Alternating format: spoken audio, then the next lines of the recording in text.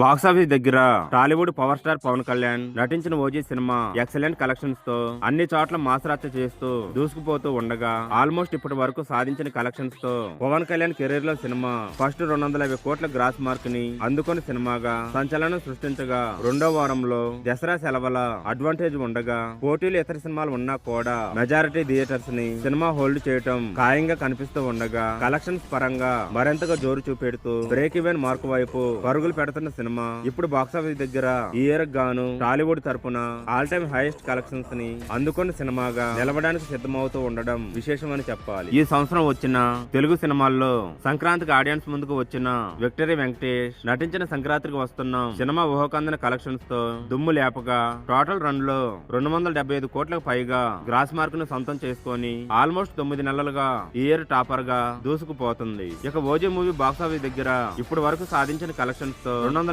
కోట్ల రేంజ్ లో gross mark ను అందుకొని మాసరచ్చ చేయగా 2-3 రోజుల గ్యాప్ లో ఓజీ మూవీ బాక్సాఫీస్ దగ్గర ఈ మార్క్ ను అవలేలగా అందుకోవడమే కాకుండా ఇప్పుడు టాలీవుడ్ గాను ఈ సంవత్సరం ఆల్ టైమ్ హైయెస్ట్ గ్రాస్ ను సొంతం చేసుకోబోతున్న సినిమాగా నిలవనుంది. వరుసగా నిరాశ కలిగించే రిజల్ట్ ను సొంతం చేసుకున్న power star Harihara Veeramallu epic disaster తర్వాత ఇప్పుడు బాక్సాఫీస్ దగ్గర